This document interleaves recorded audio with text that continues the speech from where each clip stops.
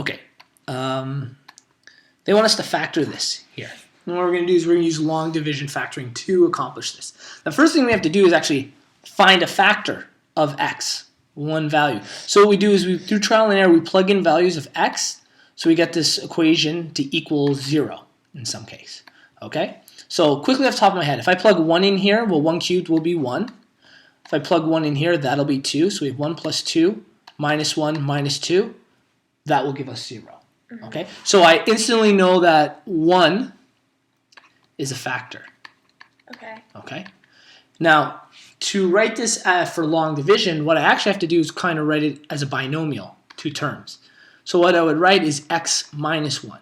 Because I know x minus 1 when set equal to 0, if I go x minus 1 equals 0, I know x will equal 1.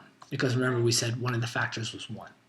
Right? So they'll just ask me, factor this, what is it? And I'd put x minus 1. Well, you'll have to find a factor. 1 might not always work. Yeah. And there'll be other factors. Maybe 1 doesn't work, so you try 2, and then you try 3.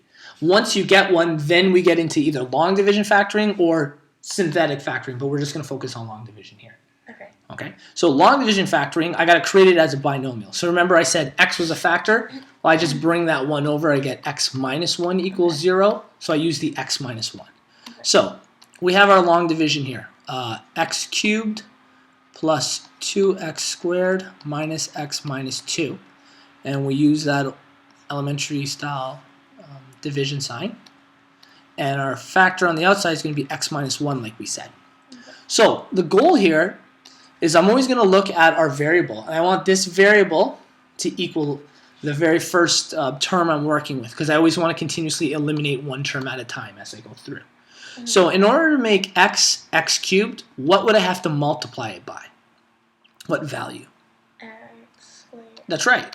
So if I multiply x by x, and I shouldn't write it above here, I should write it at the second spot because there's 2 terms, x squared.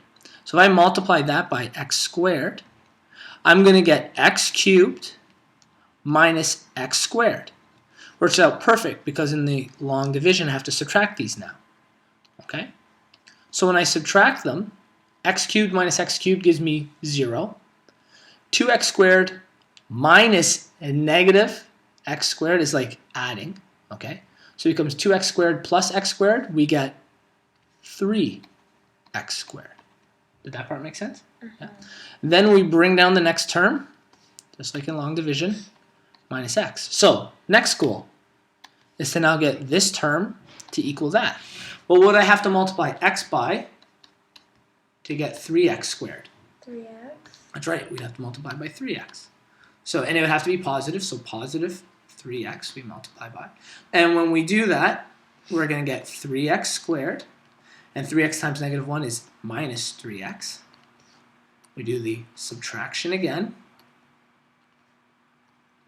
And when we subtract those terms, 3x minus 3x cancels out. Negative x minus negative 3x is like adding, right? So it becomes negative x plus 3x becomes 2x. We bring down our final term here, negative 2. Same idea. I need to get this first term x to equal 2x. So x times what equals 2x? 2. So our last term is 2. I multiply by that, and we're going to actually get 2x minus 2. So this won't always work where it's perfect, but in this case it just happened to be. The remainder is 0. So we're not done yet. What we've just discovered when we factor is x minus 1. Let me zoom out just a little so we can see. When I factor x minus 1 through, see this part here? This becomes the other part of my equation. So I get x squared plus 3x plus 2. Zoom in again. Oops. But we're not done. I can still factor this part here. Now I might have to use long division again if it was a much larger polynomial, but I don't. In fact, I can probably find the factors of this. If I do the factors of the first term and the last, and I know I need them to add up to 3x. Well, if I multiply across, that gives me 2x and 1x. Perfect.